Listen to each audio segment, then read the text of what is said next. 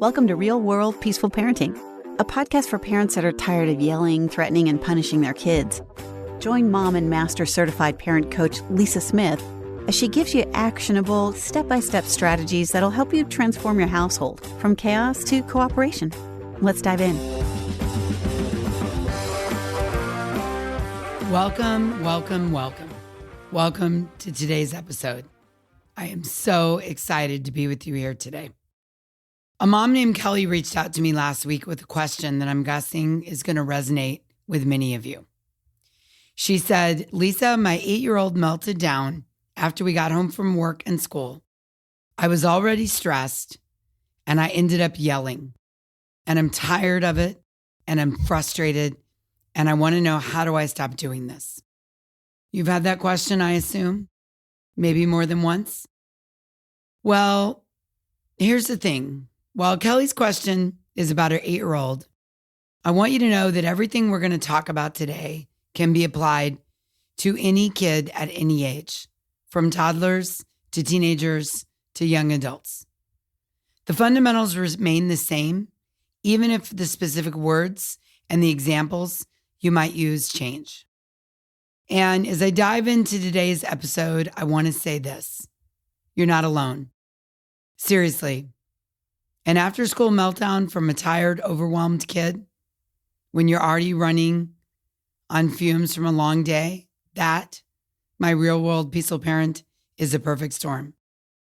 It's hard, and the fact that you're asking how to stop yelling means you care deeply about your child. So here's what I said to Kelly, and here's what I'm saying to you. I know it's hard, and the fact that you're asking how to stop yelling means you care deeply about your child and how you show up as a parent. And that already speaks volumes. This situation reminds me of my own son, Malcolm, when he was about 9. I'd picked him up from school after a particularly demanding day at work. I was exhausted.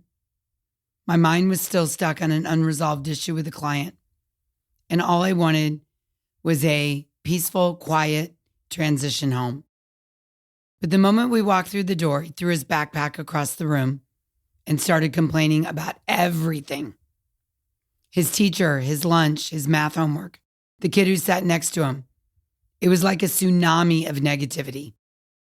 And if I'm being honest with you, which I always try to be, I lost it. I raised my voice and said something like, "Can we just have one day without the drama? Is it too much to ask?" The moment these words left my mouth, I saw his face fall and I instantly regretted it. What I didn't understand then, but I do now, is that he wasn't doing this to me. He wasn't aiming to make my day harder. He wasn't trying to be difficult. So what was he doing, you ask? He was discharging all the stress and pressure that he'd been holding in all day. School was like his pressure cooker, and I was his safe person. The one that he trusted enough to unpack the pressure and let all those feelings out. I call it an awkward parenting compliment. So let's untangle what's happening in these after-school meltdowns. And maybe it's not after school. Maybe it's at bedtime. Maybe it's after soccer. Maybe it's after a play date. Maybe it's on the weekend. You see, your kid's meltdown isn't just about what happens that day or in that moment. It's more likely a release of built-up emotional tension from the day and sometimes even deeper unmet needs. Kids, especially at 8 years old, 10 years old, 12 years old, even in high school, they're holding it together all day, following rules, handling social stuff, dealing with sensory overload. And when they get home, it's like the lid comes off the pressure cooker. You're the safe place they can unload all that tension onto. And this is especially true if they're strong-willed. Your reaction, the yelling, that comes from a place of stress and overwhelm. Maybe you're already depleted from your own day, stress, busy life, job you don't care for, job that demands a lot that you do care for, that you're passionate about, but asks a lot of you. And when you're running on empty, your nervous system is primed for fight or flight. primed, I tell you. And when the meltdown hits, your body and mind perceive it as a threat, and you react automatically to protect yourself, even though logically you might know your child isn't really a danger. So there's nothing, quote, wrong with you for yelling. Your nervous system is doing exactly what it's designed to do under stress. But the key is learning how to interrupt that automatic reaction and shift into a calmer, more connected response. So I want you to think about the situation like a volcano. Yelling is the eruption.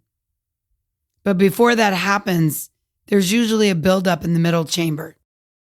The signs are there if you tune into them, like tight jaw, faster breathing heart rate, clenched fists, internal self-talk like, I can't deal with this right now, catastrophizing, thinking into the future about all the things that are going to go wrong. And what I want you to hear is that when you feel these signs building, it's your cue to pause and reset your nervous system before the eruption happens. What you don't want to do is continue to rush ahead into the situation. You want to use the cue to pause and reset your nervous system. When you feel that surge of tension, your job isn't to fix your child or stop the meltdown, but rather the number one priority is to calm your nervous system first. How? I'm glad you asked. You can breathe. Take 4 slow, deep breaths. This is scientifically proven. While you're breathing out, your vagus nerve tells your body that you're safe. Breath work really, really, really works. Inhale for 3, exhale for 4. You can also ground yourself by placing your hand on your chest or belly and remind yourself, either inside your brain or even better out loud, I'm okay. My child is not trying to hurt me. I am safe. And you can step away if needed. If you feel like you're about to yell, it's okay to step away for a moment and say, I need a minute to calm down, and then we'll figure this out together. Now, the breath work, the grounding yourself, and the step away works individually and in some combination together because it shifts your brain out of fight or flight and back into the rational, calm part of your brain. This has been scientifically studied and proven. So let me say it again. Breathing, grounding, and stepping away alone or in some combination works because it shifts your brain out of fight or flight and back into rational, calm part of your brain. So then you can get curious, not furious about your child's behavior. After and only after you've calmed yourself, can you shift your focus into what's going on beneath the surface for your kid or kids. Behavior is communication. Every behavior communicates a need. So when your 8-year-old melts down after school, they're not trying to be bad. They're trying to communicate to you something like, I'm overwhelmed. I don't know how to handle this. I need help figuring out what's going on. And if you can stay with the curiosity instead of reaching for control by saying things like, it seems like you're feeling upset about something. What's going on? What happened for you right before you started yelling? It's been a hard, long day, huh? I'm here and you're safe. The goal is to help your kid or kids feel seen and heard. The more they feel emotionally safe, the fewer meltdowns they're going to have over time. And then you can repair after the yelling. If you do yell, because we all do from time to time, because we're human, repair is the key. Not shame, repair. Kids are incredibly resilient if they know you're willing to own your mistakes. So you can apologize without shame or blame. Hey, I'm sorry I yelled earlier. I was feeling overwhelmed and I reacted. But that wasn't your fault. I take responsibility for it.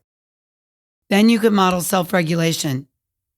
Next time, I'm going to try to take some deep breaths first. And I'm working on learning how to stay calm. And then you can reconnect through physical touch, hand on the shoulder, a smile, eye contact, a hug, holding hands, rubbing their back, patting their head. Or you can spend a few minutes playing with them or talking about how you love them. All of this leads to rebuilding emotional safety. And this teaches your child that it's okay to make mistakes, that they don't have to be perfect to be loved, and that their feelings are not dangerous to themselves or you. And then lastly, you can make a plan for next time. To prevent these moments from spiraling, you can create an after-school buffer for you and your kid or kids. This is what Malcolm and I ended up doing and followed through on for years. You can create a 10 to 15 minute transition period when you get home. No homework, no demands, just a calm, low stimulation time like a snack or listening to some music, some calming, soothing music or waterfall noises. You can preemptively meet basic needs. Hunger and fatigue amplify meltdowns. I used to bring a snack and a bottle of cold water in the car every day for Malcolm, and he would chew on it and take it in on the drive home while we listened to some calming, soothing music. And if you're walking in the door already stressed and you know this, you can let your kid know, hey, I'm struggling, or I've had a tough day today. Let's sit down for a minute together before we talk about anything else. So now let's talk about why these steps work. When you take care of your own emotional needs first, you create the calm your child needs to borrow in their stormy moments. Let me say that again. When you take care of your own emotional state first, you create the calm your child needs to borrow in their stormy moments. And your child's meltdown stops feeling like an attack, and it becomes a signal that they need connection and safety. And when you can stay regulated, your child learns how to stay regulated too, through modeling. Now, let me be totally honest with you. This takes practice, yes. None of us get it right the first time, and none of us are perfect all the time. And frankly, you don't have to be perfect. Just catching yourself once or twice and choosing a different response is the definition of breaking the cycle. And honestly, that's enough. That's totally enough. Yeah? I mean, does that feel like a giant relief? You don't have to be perfect. And it takes practice. And everyone loses their shiz once in a while. Okay, now I want to share something interesting that happened in my coaching session with Kelly after I shared these strategies with her. She responded with, okay, I hear you. And I know I should apologize, but I'm still mad. And my thoughts are, I don't want to let my son get away with the meltdown and the throwing the backpack.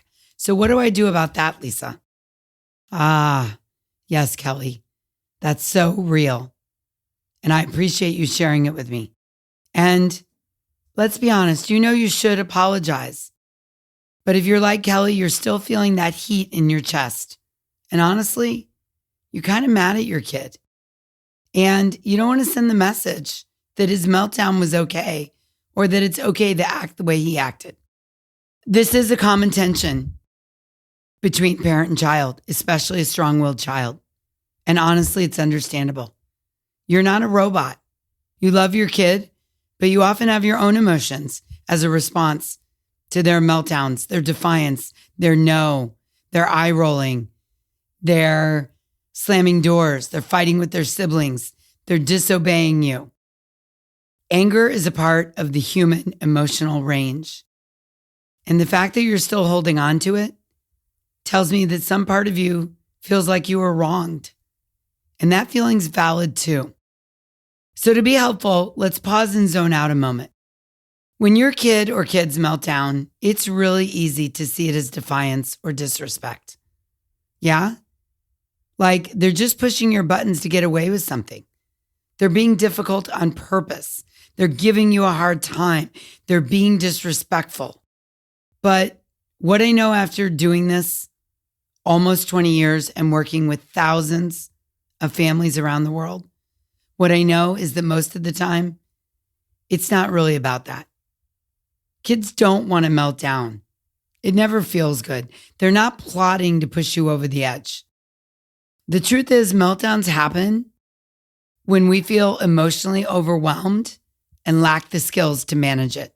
And because your kids have an underdeveloped brain until the age of 25, they are often and quickly emotionally overwhelmed and lack the skills to manage it.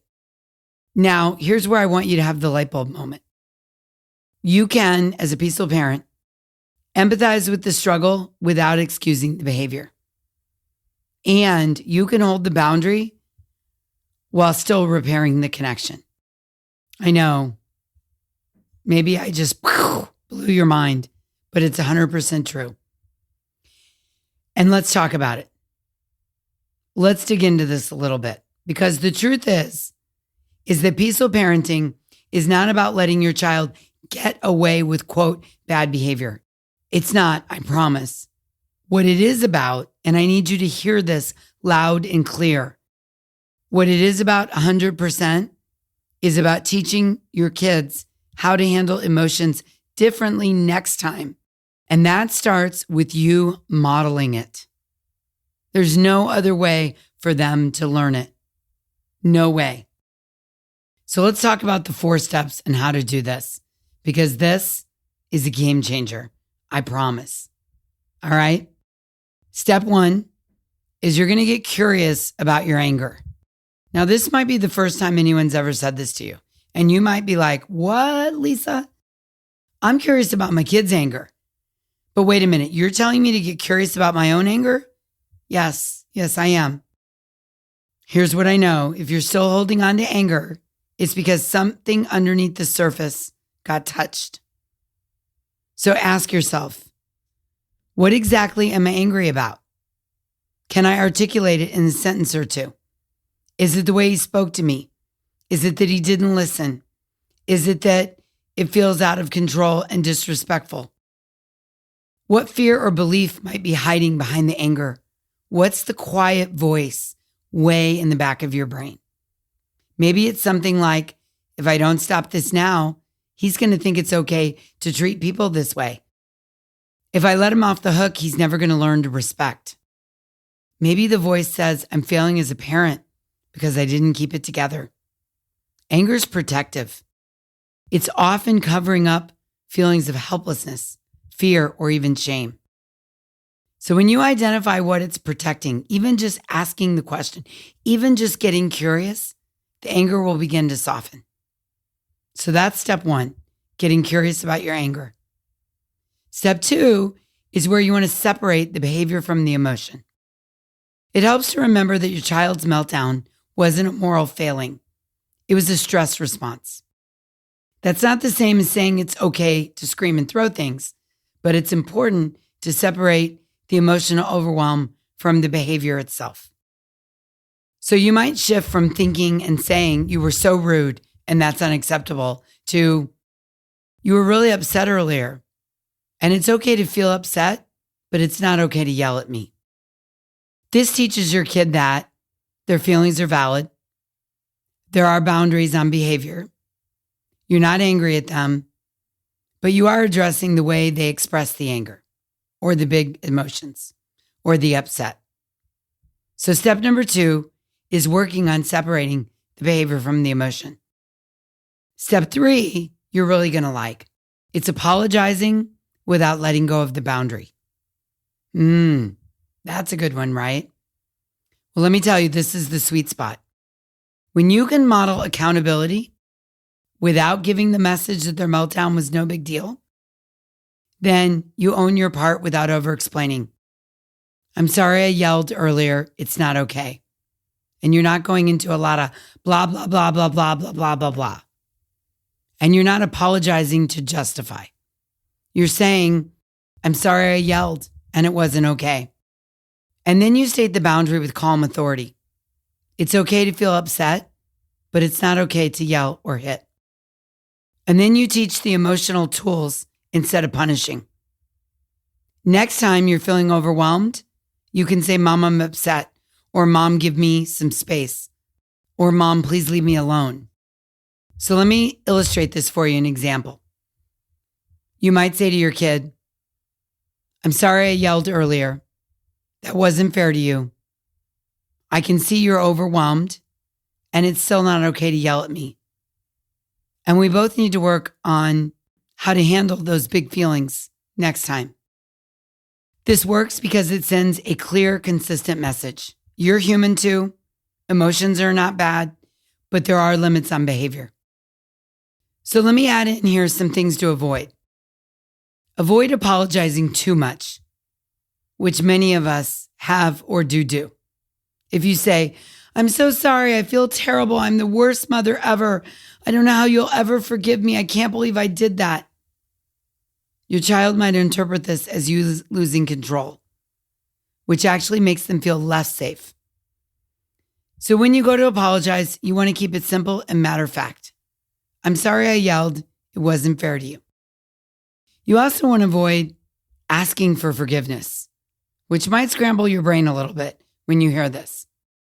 The problem with asking their forgiveness is it puts emotional labor on your child when they're not mature enough to process it. Repair isn't about them forgiving you. It's about them seeing you model emotional responsibility. Yeah? Awesome. Okay. Step 3 is you're going to apologize without letting go of the boundary. Step 4 is you're going to circle back to what happened. This is liquid gold, I'm telling you. Once things have cooled down, you can revisit the meltdown in a calm, problem-solving way. And let me say you're doing this as an investment in next time. Next time. Hey, earlier you were really upset. Help me understand what was going on. You might ask, what do you think would have helped in that moment? You might ask, next time you feel upset, what could we try instead? This is what I call an after-action review. And it's prompting your kid for the next meltdown and front-loading them for how they'll handle the next meltdown instead of throwing the backpack at you or hitting or fighting with their sibling. And this gives your child the emotional language they need and teaches them that they're not bad, but that they're learning and preparing for the next meltdown. This is really, really, really important. And I highly suggest you make this a priority in your parenting. Step 4, which is to circle back to what happened. Because what you're doing is you're teaching without lecturing. You're teaching your kids that feelings aren't dangerous, even anger.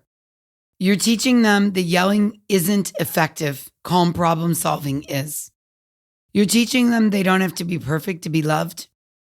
And you're teaching them the boundaries are firm, but love isn't conditional. So good, right? Oh, I love it. I love it. So here's the bottom line. You can feel mad and you can hold the boundary and you can repair without letting your kids off the hook. Now, I didn't know this before Peaceful Parenting. I did not know this.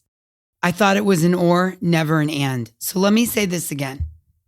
What's possible is you can be mad and hold the boundary, and you can repair without letting them off the hook. Repairing isn't about making your kids feel better. It's about teaching them that even when things get messy, the connection is still safe. And guess what? You don't have to get it perfect every time. Just catching yourself in the moment and handling it a little differently is already breaking the cycle. And that, my friend, is how peaceful parenting works in a nutshell. So let me give you your homework this week, and then we'll wrap up. Your homework this week is to create an after school or fill in the blank for the situation, an after school, after practice, after work, weekend, after sport, after church, after visiting friends, an after event transition ritual that works for your family. Maybe it's 15 minutes of quiet time with a snack. Perhaps it's a quick walk around the block to decompress. The key is to build in a buffer between A and B, to build in a buffer between like the school and the home demands. between running around the soccer field all morning and transitioning back to home. And I want you to think about how to adapt this for your kid's specific age, whether you have a kindergartner, a middle schooler, or a teenager coming home from high school. Homework assignment number 2 is I want you to practice the volcano awareness exercise. At least once a day. I recommend you do this about 25 times a day, but I'll settle for at least once a day. Check in with your body. Notice any tension in your jaw, your shoulders, your chest. Practice taking 3 deep breaths when you notice these warnings, even if you're not upset. This is called front loading, my friends. And building this habit during calm times makes it easier to access when you're triggered. And homework assignment number 3. If you do yell this week, because remember, we're all human, try the repair approach I shared. Notice how it feels different from just saying sorry or skipping the repair altogether. And remember to adapt these words to fit your unique family situation and your kid's age and personality. The key isn't to memorize exact phrases, but to convey the message that feelings are valid while still maintaining the boundaries on behavior. Yeah? Awesome. Now, if you've been struggling with these after-school meltdowns and finding yourself yelling more than you'd like, I want you to know there's a place where you can get even more personalized support from me, where we can go even deeper. In the Hive, my parenting membership community, we can work through exactly these kind of challenges together. Inside the Hive, you're going to get access to tools and strategies specifically tailored to your unique family situation, including your kid's age and temperament. Inside the Hive, you're going to get access to weekly coaching calls where we can address your specific family dynamics. You're going to get access to a community of parents who get it and won't judge you at all. And you're going to get access to tools that are going to help you identify your triggers before they lead to yelling. Yelling will become a thing of the past. The after-school meltdown isn't just about your child's behavior. It's about creating a transition routine that works for your unique family, understanding the real reasons behind the behavior, and building your own customized regulation toolkit so you can stay calm even when your kid isn't. So if this feels like the moment, if you feel ready to transform these after-school meltdowns from chaos to connection, go over to thehivecoaching.com and join us. You don't have to figure out this alone, I promise. Okay, so this week you're going to work on creating the after-school transition ritual. You're going to practice the volcano awareness. And if you do yell, you're going to try the repair approach. So good, right? I love it. And I love you. And I'm proud of you. And your kids say, thank you. Thank you for being calm when I'm melting down. Thank you for showing me the way. Remember, even implementing just one small strategy from this episode can create meaningful change in your home. And I promise you don't have to be perfect. Progress is where it's at. All right, until next time, I'm wishing you peaceful parenting. Thanks for listening to Real World Peaceful Parenting. If you want more info on how you can transform your parenting, visit thepeacefulparent.com. See you soon.